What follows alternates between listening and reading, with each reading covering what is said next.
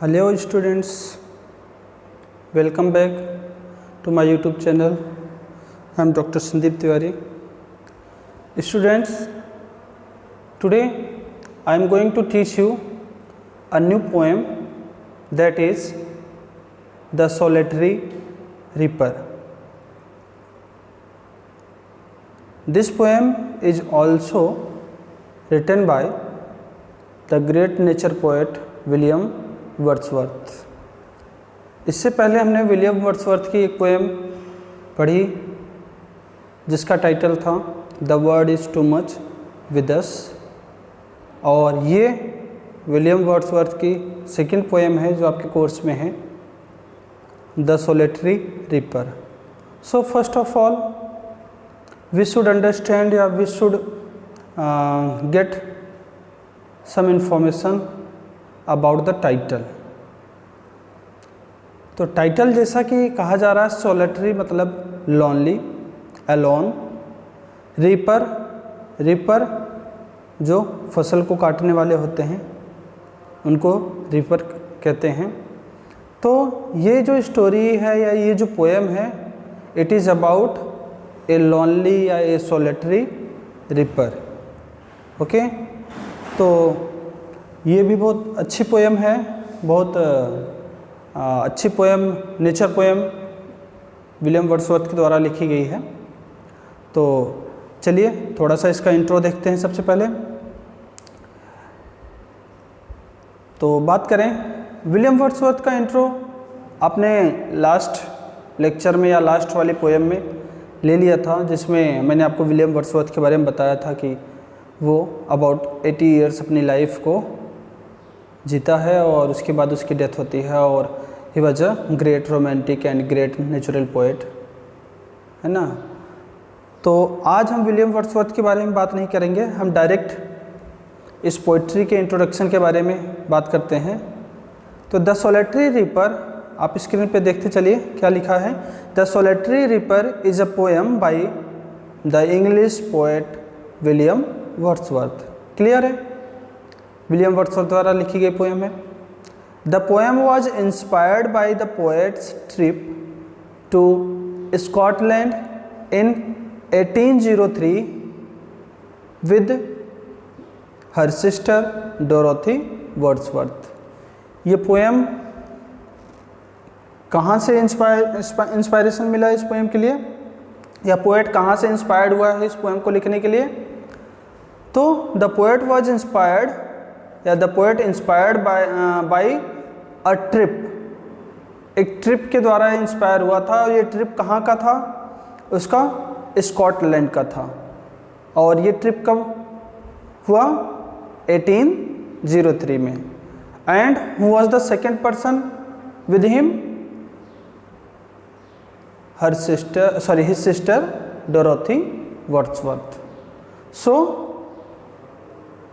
ये पोएम जो solitary reaper है, जब विलियम वर्ड्सवर्थ अपनी सिस्टर डोरोथी वर्ड्सवर्थ के साथ एक स्कॉटलैंड के एक टूर पे गया हुआ होता है 1803 में, उस टाइम वो इंस्पायर्ड होता है एक सोलिटरी रीपर से, और उसके इंस्पायर्ड होने के बाद ये पोएम लिखी जाती है। आगे देखते हैं। It was first published in 1807। अभी बताया था उसका ट्रिप कब हुआ था? 1803 में। उसके बाद वो वहाँ से लौट के आता है, ट्रिप से लौट कर के आता है, तो वो पोएम लिखता है उसके बारे में, और 1807 में जाकर ये पब्लिश होती है first time. In the poem the speaker tries and fails to describe the song he heard a young women singing as she cuts grain in Scottish field. इस पोएम में स्पीकर क्या ट्राई करता है कि वो उस यंग वुमेन के song को एक्सप्लेन कर सके या सॉन्ग के बारे में बता सके, जिसको उसने कहाँ देखा था? स्कॉटिश फील्ड में, स्कॉटलैंड के एक फील्ड में। और क्या कर रही थी वो? She was cutting the grain, वो क्या कर रही थी? या रिपिंग द ग्रेन, फसल को काट रही थी, और साथ ही साथ सिंगिंग, गाना भी गा रही थी। तो वो उसके सॉन्ग को सुनता है और उससे इंस्पायर होता है, और इंस्पायर होने के बाद वो उस पोएम के बारे में या उसके सॉन्ग के बारे में एक्सप्लेन करना चाहता है। He tries but he fails, वो कोशिश तो करता है उसको एक्सप्लेन करने के लिए, लेकिन वो अपने इस कोशिश में क्या हो जाता है, फेल हो जाता है। ओके बच्चों, आगे देखिए। फिर the speaker does not understand the song, अब वो फेल क्यों हो जाता है, क्यों एक्सप्लेन नहीं कर पाता उसकी पोएम के बारे में, या क्यों उसकी पोएम के बारे में और कुछ ज़्यादा नहीं बता पाता? Because he does not understand the song, वो कैसा सॉन्ग गा रही है उसके बारे में नहीं समझ पाता है। और क्यों नहीं समझ पाता है? क्योंकि वो कहाँ का है, इंग्लैंड का है, और ट्रिप कहाँ की है, स्कॉटलैंड की है। तो स्कॉटलैंड में अलग लैंग्वेज है, वहाँ जो रूरल लैंग्वेज है तो वो अलग है। तो वो लड़की अपने नेटिव लैंग्वेज में सॉन्ग को गा रही है, इस वजह से पोएट उसके सॉन्ग को समझ नहीं पाता है, and he fails to explain that song, उस सॉन्ग को एक्सप्लेन करने में वो क्या हो जाता है, फेल हो जाता है। आगे क्या कह रहा है? And he can not tell what it was about, it means he was also failed to explain what is the subject matter of that song. लिखा है ना, व्हाट इट वॉज अबाउट, मतलब ये पोयम या ये सॉन्ग किसके बारे में था, किस चीज़ के बारे में वो गा रही थी, ये चीज़ भी बताने में या सब्जेक्ट मैटर भी एक्सप्लेन करने में वो फेल हो जाता है। क्लियर? आगे देखिए। Nor can he find the language to describe its beauty, और वो इस चीज़ में भी फेल हो जाता है कि उसके पास कोई लैंग्वेज नहीं होती है कि वो उस पोएम की या उस सॉन्ग की क्या करे, ब्यूटी को डिस्क्राइब कर सके या एक्सप्लेन कर सके। It means he has no words to explain the beauty of song that is sung by Solitary Reaper. Solitary Reaper के द्वारा वो जो गाना गाया गया, उसकी ब्यूटी को एक्सप्लेन करने के लिए उसके पास वर्ड्स नहीं, उसके पास लैंग्वेज नहीं है। ही finds that the traditional poetic metaphors for a beautiful song fail him. उसने क्या पाया कि जो ट्रेडिशनली मतलब जो लोग पारंपरिक तरीके से किसी चीज़ की ब्यूटी को एक्सप्लेन करते हैं या उसका किसी से तुलना करके एक्सप्लेन करते हैं, वो टेक्निक यहाँ पर क्या हो जाती है, फेल हो जाती है। मतलब किसी ब्यूटी को डिस्क्राइब करने के लिए या किसी की ब्यूटी को एक्सप्लेन करने के लिए जो तरीका अभी तक अपनाया जा रहा था, पारंपरिक तरीका या ट्रेडिशनल जो वे अपनाया जा रहा था या मैनर जो अपनाया जा रहा था, इट फेल्स, ये फेल हो जाता है in the case of solitary Reaper. Solitary Reaper के केस में वो टेक्निक या वो मैनर फेल हो जाता है। तो द पोएम दस कॉल्स इम्प्लिसिटली को आप ऐसे भी याद कर सकते हो कि complexity for a new kind of poetry. तो ये जो पोएम है ना, एक उलझन भरी है। इम्प्लिसिटली मतलब क्या होता है, उलझन भरी, इंटेंगल्ड जिसको बोलते हैं, उलझा हुआ। For a new kind of poetry मतलब जब ट्रेडिशनल वे या ट्रेडिशनल मैनर फेल हो जाता है उसकी ब्यूटी को एक्सप्लेन करने में या उसके सॉन्ग को एक्सप्लेन करने में, तब पोएट क्या फील करता है कि अब एक नए प्रकार की पोइट्री या न्यू काइंड ऑफ पोइट्री को एक्सप्लेन करने के लिए कुछ तरीके ढूंढने पड़ेंगे या कुछ नया मैनर या नया टेक्निक लाना पड़ेगा। और वो टेक्निक कैसा होना चाहिए? One that is better able to approximate and describe the pure unpretentious. Pretentious मतलब क्या होता है? बहानेबाजी करना या बहाना करना या किसी चीज़ को एग्जैक्ट रूप में या रियल रूप फॉर्म में न दिखाना। लेकिन अनप्रिटेंटियस मतलब क्या है? रियल फॉर्म में दिखाना या उसको एग्जैक्ट फॉर्म में दिखाना। तो पोएट क्या कहता है? व्हेन इट फाइंड्स, जब वो पाता है, that the traditional manner of explaining the beauty of song fails. जब वो पाता है कि जब ट्रेडिशनल मैनर जो है, जो सॉन्ग की ब्यूटी को एक्सप्लेन करता है, वो फेल हो जाता है, तो ही थिंक्स, वो क्या सोचता है, a new kind of technique या new kind of manner to explain the beauty. और वो मैनर या वो टेक्निक कैसा होना चाहिए, one that is better able to approximate and describe the pure unpretentious beauty of reaper song.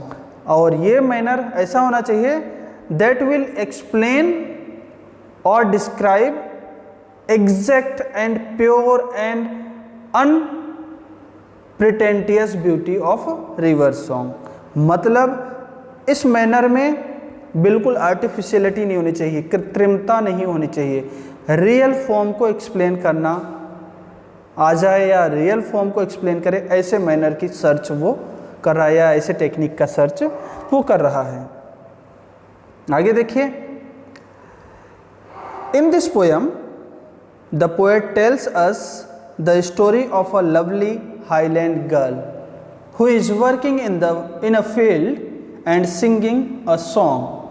अभी मैंने बताया था जब वो ट्रिप पे गया हुआ होता है तो वो क्या देखता है कि स्कॉटलैंड में एक खेत का मैदान या एक खेत है जिसमें एक लोनली गर्ल, जिसको अब सोलिटरी रीपर कहता है, वो वहाँ पे फसल की कटाई कर रही होती है और साथ ही साथ गाना गा रही होती है। तो उसके बारे में एक्सप्लेन करते हुए इस पोएम में वो बताता है। तो इस पोएम में वो एक ऐसी हाईलैंड या ऐसे सुंदर हाईलैंड गर्ल, हाईलैंड किसके लिए बोला, वही स्कॉटलैंड के लिए, स्कॉटलैंड की उस लड़की के बारे में या उसकी स्टोरी के बारे में बताता है। हु इज़ वर्किंग, जो कि काम कर रही है कहाँ, in a field and singing a song, जो कि खेत में भी काम कर रही है और साथ ही साथ एक गाना गा रही है। He is deeply impressed by her song, वो उसके सॉन्ग से क्या हो जाता है, बहुत ज़्यादा ही इम्प्रेस्ड हो जाता है। And remembers the melody of her song even after he has left the place. क्या कर रहा है, he was so much inspired by that song या he was so much impressed by that song, वो उसके सॉन्ग से इतना ज़्यादा प्रभावित हो गया था कि ही रिमेंबर्स दैट मेलोडी या दैट सॉन्ग, कब, even after he has left the place, यहाँ तक कि जब वो उस जगह को छोड़ भी देता है, दूर चला जाता है वहाँ से या उस ट्रिप से लौट आता है, तब भी उसके दिमाग में वो सॉन्ग, उसके हृदय में वो सॉन्ग क्या रहता है, स्टेबल रहता है या वहीं पे स्थिर रहता है। तो वो उस जगह से दूर जाने के बाद भी उस पोएम को या उस लड़की के सॉन्ग को नहीं भूल पाता है। ओके, आगे देखिए, he cannot understand the language of the song but the sad beauty of her voice goes straight to his heart। क्या कर रहा है, he cannot understand the language, अभी बताया था कि वो उसके लैंग्वेज को नहीं समझ पाता है। he fails to understand the language of solitary reaper but the sad tone of her song, जो उसके सॉन्ग का सैड टोन है, मतलब जब वो सॉन्ग सुना तो लैंग्वेज तो नहीं समझ पाया, लेकिन लैंग्वेज उस सॉन्ग के टोन को समझने के बाद उसे ऐसा फील हुआ कि ये कोई दुख भरा गाना गा रही है या कोई सैड म्यूजिक या सैड सॉन्ग गा रही है। तो कहता है कि वो उसके लैंग्वेज को समझने में क्या हो जाता है, फेल हो जाता है। But the sad beauty of her voice या the sad tone of her voice goes straight to his heart, जबकि उसकी जो सैड टोन है, उसका सैड जो वॉइस है, वो सीधे उसके हार्ट पे जाता है, उसके हृदय को टच करता है। मतलब लैंग्वेज समझने में, सब्जेक्ट मैटर समझने में वो फेल हो जाता है, लेकिन उसका जो राइमिंग है, उसका जो टोन है, उसकी जो म्यूजिक है, वो उसके क्या करती है, हार्ट को टच करती है, सीधे हृदय को टच करती है। The atmosphere of the poem and the song of the girl as a part of the beauty of nature leave a lasting impression on the mind of the poet। क्या कह रहा है, the atmosphere of the poem, atmosphere कैसा है, कि वो खेतों के बीच में से गुजर रहा है, आसपास में खेत हैं, तो एटमॉस्फेयर कैसा है, रूरल एरिया हो गया या नेचर वाला हो गया। और सॉन्ग ऑफ द गर्ल, और जो सैड या मेलंकलिक टोन है उस लड़की का, ये दोनों मिल करके क्या क्रिएट करते हैं, एक नेचुरल सीन। या अगर इन दोनों को देखा जाए तो ये क्या हो गए, पार्ट हो गए उस ब्यूटीफुल नेचर की। और ये जो नेचुरल सीन क्रिएट होता है या ये जो ब्यूटी ऑफ नेचर है ना, उसके माइंड पे, किसके माइंड पे, पोएट के माइंड पे लास्ट इंप्रेशन या लास्टिंग इंप्रेशन छोड़ते हैं। लास्टिंग इंप्रेशन मतलब कभी न समाप्त होने वाला इंप्रेशन, मतलब they create a last impression on the mind of poet. तो उसने क्या कहा कि the atmosphere of the poem and the song of the girl as a part of beauty of nature, beauty, nature की beauty के रूप में they leave a lasting impression, एक इंप्रेशन, एक लंबा इंप्रेशन किसके ऊपर छोड़ते हैं, पोएट्स के माइंड के ऊपर। आई होप आपको इंट्रोडक्शन समझ में आ गया होगा कि ये किसके बारे में स्टोरी है या किसके बारे में पोएम लिखा है। तो अब चलिए एक दो स्टेंजा पढ़ लेते हैं। तो स्टार्ट करते हैं। अगला जो अपनी पोएम का फर्स्ट स्टेंजा आता है वो है, देखिए, बिहोल्ड हर। बिहोल्ड मतलब होता है look, her single in the field, yon, yon मतलब होता है डिस्टेंट, डिस्टेंट मतलब दूर, सोलेटरी, एलोन पहले ही बताया था, हाईलैंड लास, लास का मतलब गर्ल, और हाईलैंड किसके लिए बता रहा है, वही स्कॉटलैंड के लिए। तो कहता है वो दूर जो खेत में स्कॉटलैंड की लड़की है उसको देखो, है ना, वो क्या कर रही है, reaping and singing by herself, stop here और gently pass, alone she cuts and binds the grain and sings a melancholy strain. Oh, listen, for the vale profound is overflowing with the sound. Vale मतलब valley, घाटी, profound मतलब field, भर जाना, deep, sorry valley कैसी, deep, profound मतलब deep, और well मतलब valley, overflowing मतलब फील्ड, भर जाना। तो पहले स्टेंजा में देखो क्या कर रहा है कि behold her single in the field, yon solitary highland lass. In the line या in this line the poet tells us about a young girl of Scotland. ठीक है, in the starting line of the poem the poet tells us about a young girl of Scotland. He tells us, वो हमें क्या बताता है, he tells us to look at the girl, behold her, किसको कह रहा है, लड़की के लिए, कि look at the girl who is reaping grain and also singing a sweet song. लिखा है ना, सिंगल इन फील्ड, एलोन हो गया, योन सोलेटरी हाईलैंड लास, वो दूर स्कॉटलैंड के लड़की की बात कर रहा है। क्या कर रही है वो, reaping and singing by her self, मतलब खुद से ही वो क्या कर रही है, रीपिंग कर रही है, फसल की कटाई कर रही है, और सिंगिंग कर रही है, गाना भी गा रही है।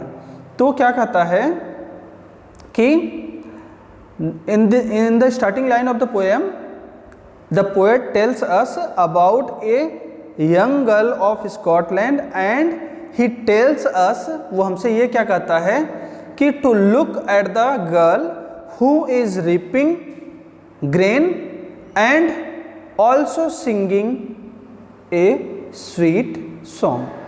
क्लियर, ऊपर की 3 लाइन क्लियर हो गई। फिर अगली जो चौथी लाइन में, वो जो उनका ग्रुप है, ट्रिप पे गए हैं तो एक ग्रुप है उनके साथ में, तो वो अपने ग्रुप के लोगों को क्या करता है, एडवाइस करता है या उनसे कहता है, क्या कहता है, स्टॉप हियर और जेंटली पास। उनको क्या एडवाइस देता है वो, he advises the passer by या the group to stop here and listen the song या लिसन हर सॉन्ग और pass very silently without any disturbance या विदाउट डिस्टर्बिंग। तो आप देखिए चौथी लाइन में वो क्या एडवाइज करता है। In the fourth line the poet advises his group to stop there and listen silently the song of that girl and if they are not interested in that song then they should pass silently without any disturbance. Clear हो गया। शुरू की 4 line में उसने क्या कहा, वो अपने ग्रुप के लोगों को एड्रेस करते हुए कहता है कि देखो दूर वो खेत में जो हाईलैंड गर्ल है, जो स्कॉटलैंड की गर्ल है, वो क्या कर रही है, वो रिपिंग भी कर रही है और सिंगिंग भी कर रही है एलोन, अकेली। फिर वो उनको एड्रेस करता है, if you like her song या if you are interested in her song, अगर उसके सॉन्ग में तुम्हें इंटरेस्ट है, then you should stop here and listen her song, तब तुम्हें यहाँ रुकना चाहिए, उसके सॉन्ग को सुनना चाहिए। But if you are not interested in her song then you should pass silently, तुम्हें यहाँ से चुपचाप निकल जाना चाहिए। जेंटली पास मतलब साइलेंटली पास, पास मतलब गुजरना, निकल जाना चाहिए यहाँ से। क्लियर बच्चों। आगे वो क्या कहता है, alone she cuts and binds the grain and sing a melancholy strain, strain मतलब song, music. O listen for the vale profound is overflowing with the sound.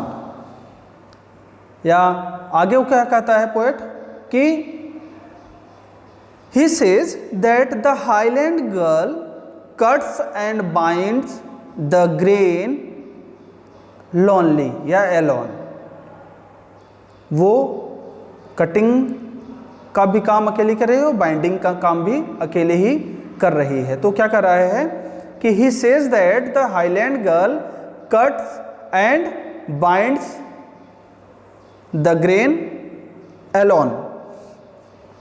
आगे क्या कहता है, he is also singing a sad song, आगे लिखा है ना, and sings a melancholic strain, और कैसा गाना गाती है वो, मेलंकोलिक, मेलंकोली मतलब सैड, स्ट्रेन मतलब song. He is also singing a sad song.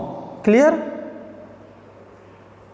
फिर आगे क्या कहता है कि she is very busy in her song as well as her work, मतलब वो अपने काम में और अपने उस सॉन्ग में काफ़ी बिजी है।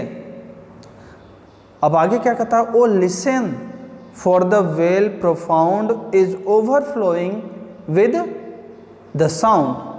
द पोएट अगेन या once again advises the group, अपने ग्रुप को वापस से एडवाइस कर रहा है, क्या कर रहा है, टू लिसन हर सॉन्ग, उसके सॉन्ग को सुनो। और आगे क्या कर रहा है, he says that the whole deep valley is echoing with her sweet song. बोला पूरी की पूरी ये जो डीप गहरी घाटी है ना आसपास में, ये उसके सॉन्ग से क्या कर रही, इको, गूंज रही है। इकोइंग कहने का मतलब आप इसको इस तरह से समझ सकते हो, he advises to his group and says that listen the song of that girl या the solitary reaper because her song filled in all deep valley. आगे क्या कहता है, the whole valley is listening to her sweet voice. पूरा का पूरा जो ये वैली है ना, ऐसा लग रहा है कि उसकी आवाज़ को या उसकी मधुर आवाज़ को सुन रहा है। तो आगे वो कहता है, so we should also listen her song and enjoy it. वो एग्जाम्पल देने के बाद या उनको एक्सप्लेन करने के बाद कि पूरे घाटी में उसकी आवाज़ फैल रही है, ऐसा लग रहा है पूरी घाटी उसकी आवाज़ सुन रही है या उसके म्यूजिक को सुन रही है। So we should also listen her song and enjoy it. हमको भी इसके आवाज़ को सुनना चाहिए और एन्जॉय करना चाहिए। क्लियर? तो अगले 4 लाइन में बच्चों क्या एक्सप्लेन किया पोएट ने ये एक्सप्लेन किया, या उस लड़की के बारे में ये बताया कि she is alone in that field, उस फील्ड में वो अकेली है, and she cuts and she binds the grain lonely, वो अकेली ही कट्स करती है और बाइंड भी करती है फसल की, और also singing a sad song, और सैड सॉन्ग भी गा रही है। और फिर आगे वो ये बताता है, आगे again he advises to his group that we should listen her song because her song is spreading, या her song filled the deep valley, पूरी घाटी को उसने क्या कर रखा है, भर दिया है। किसने? उसके सॉन्ग ने। so we should also listen her song and enjoy it, और इसका हमें enjoy करना चाहिए, इसको enjoy करना चाहिए। क्लियर बच्चों? आगे देखते हैं। No nightingale did ever chant more welcome notes to weary bands of travelers in some shady haunt among Arabian sands। पहले इतना देख लेते हैं। तो नाइटिंगल आपको पता है, नाइटिंगल एक स्वीट बर्ड है जो कि अपने स्वीट वॉइस के लिए जाना जाता है। तो वो क्या कह रहा है कि इन लाइंस में नाइटिंगल, चांट मतलब होता है बच्चों संग, गाना, है ना। चांट वैसे तो देखा जाए तो चैंटिंग से ही बना है चंट। चैंटिंग का मतलब होता है मंत्रोच्चारण करना या माला फेरना या राम राम राम राम जैसे करते हैं, उसके बारे में उसको भी चंट कहते हैं। तो इन लाइंस में जो स्टार्टिंग की 4 लाइंस हैं दूसरे स्टेंजा की, उसमें क्या कहता है, in these 4 lines the poet compares the sweet voice of girl to a nightingale's voice। क्या कर रहा है वो? he compares the voice of that girl with the voice of a nightingale। Nightingale के बारे में जैसा ही जानते हो आप लोग कि nightingale is considered a sweet voice bird. Nightingale कैसे रूप में जाना जाता है? A sweet voice bird. The poet says, आगे पोएट क्या कहता है, the poet says no nightingale has so far sung. So far संग मतलब ईवर संग, मतलब कभी भी संग, गाया है, as melodious a song as the girl sings. मतलब when he compares the song of that solitary reaper या that highland girl with the song of nightingale, he finds that the song of the solitary reaper is more sweet या is more effective than the song of nightingale। जब उसने दोनों को compare किया तो उसको कौन सा सॉन्ग सबसे ज़्यादा अच्छा लगा? The song of solitary ripper.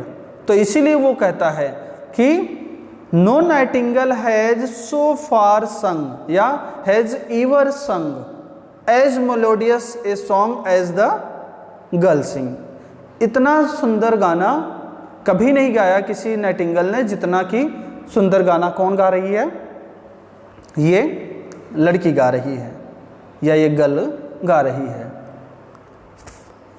और फिर आगे वो ये बताता है कि ये जो नाइटिंगल अपना गाना गाता है या नाइटिंगल का गाना कहाँ सुना जाता है? Arabian Sands. आगे लिखा ना अरेबियन सैंड्स मतलब अरब के रेगिस्तान में। और कब गाया जाता है? जब, आगे तीसरी लाइन में देखना, of travellers in some shady haunt.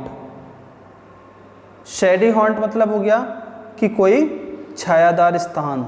Shady haunts को बोलते हैं कूल या रेस्टिंग प्लेस, जहाँ थोड़ी सी ठंडी हो। जैसे कि रेगिस्तान में इमेजिन कर लो कि धूप में कोई चला जा रहा हो यात्रा के दौरान और उसको कोई छायादार वृक्ष मिल जाए या छायादार स्थान मिल जाए तो वहाँ बैठ करके वो रेस्ट करने लग जाता है, तो वो उसको कहते हैं शेडी हॉन्ट, जहाँ पे वो बैठता है।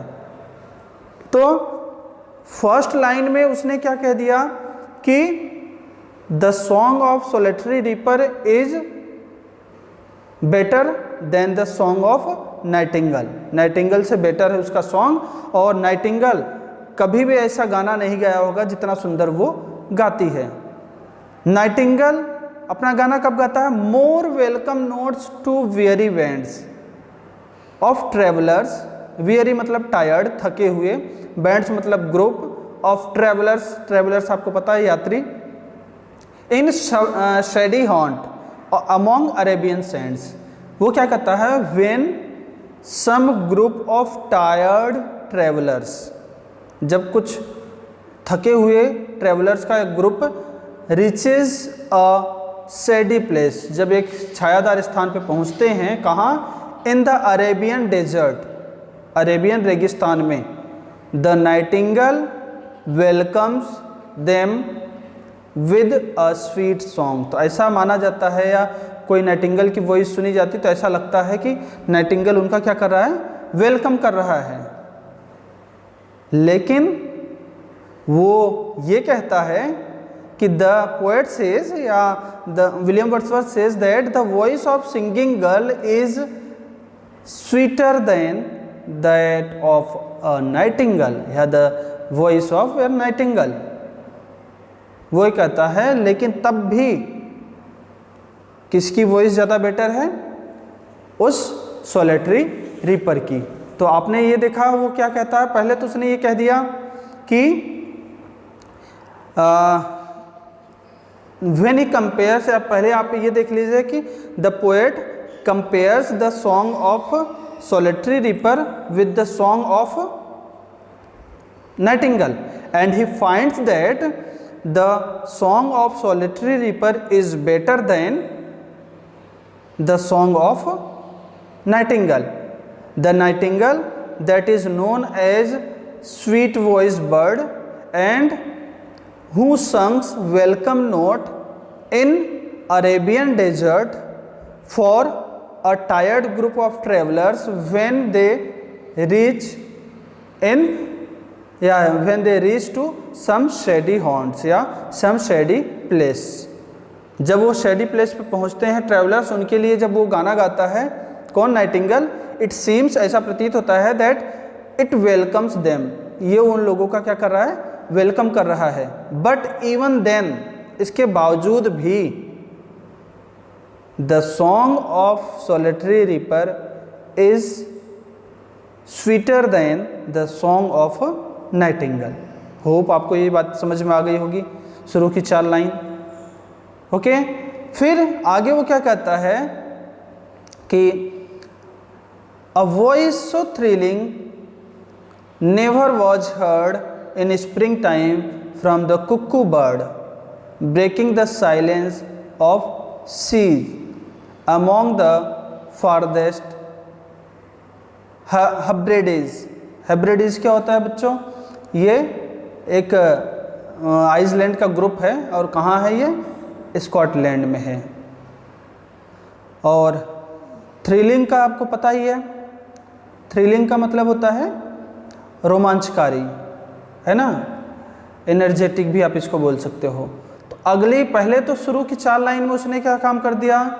ही compares the song of solitary reaper with the song of nightingale. Now he is going to compare the song of solitary reaper with the song of cuckoo bird, कोयल, कुक्कू बर्ड कोयल। तो पहले Nightingale से उसकी तुलना कर दी, और उसने ये पाया कि बेटर कौन है? Solitary reaper.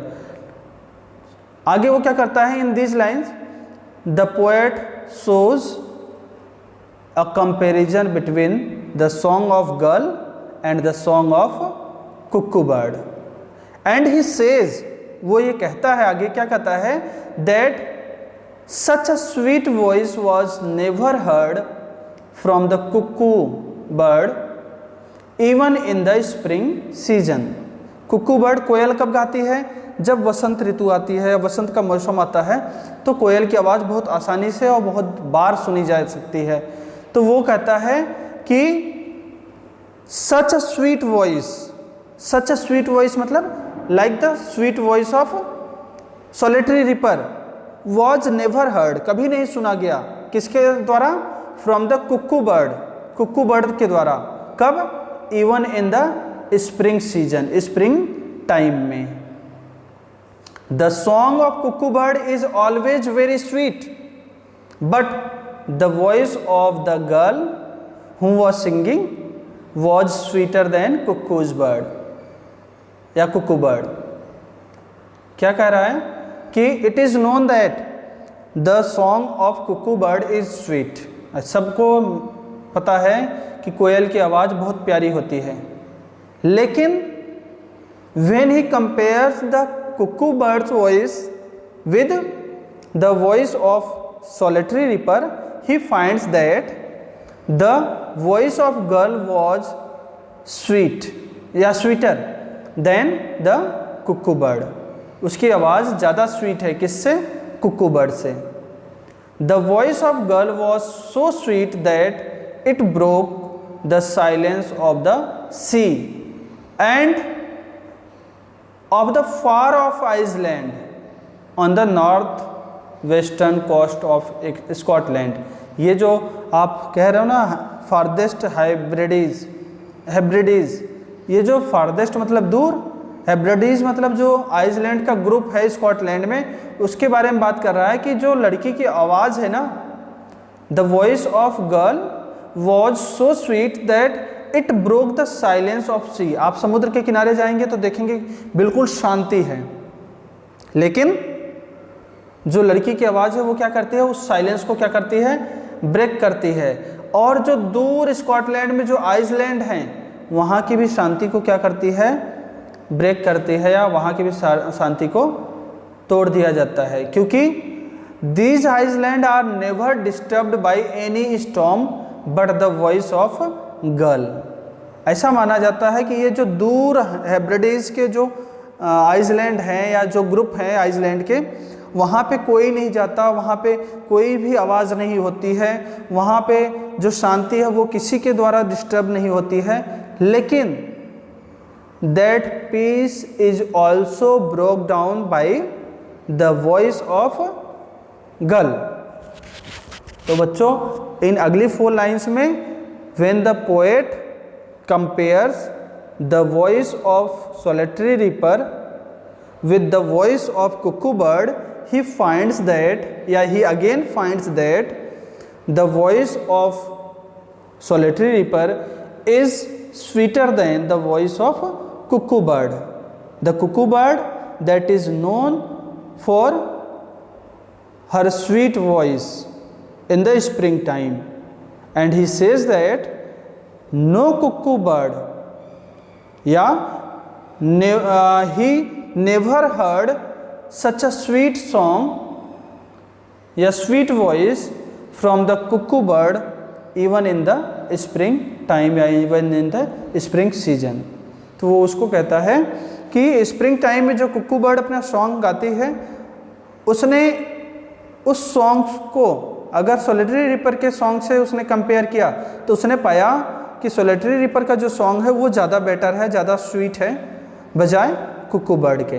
फिर आगे वो कहता है कि उसका सॉन्ग इतना स्वीट है उस लड़की का कि it breaks the silence of sea, समुद्र की शांति को भंग करने वाला है।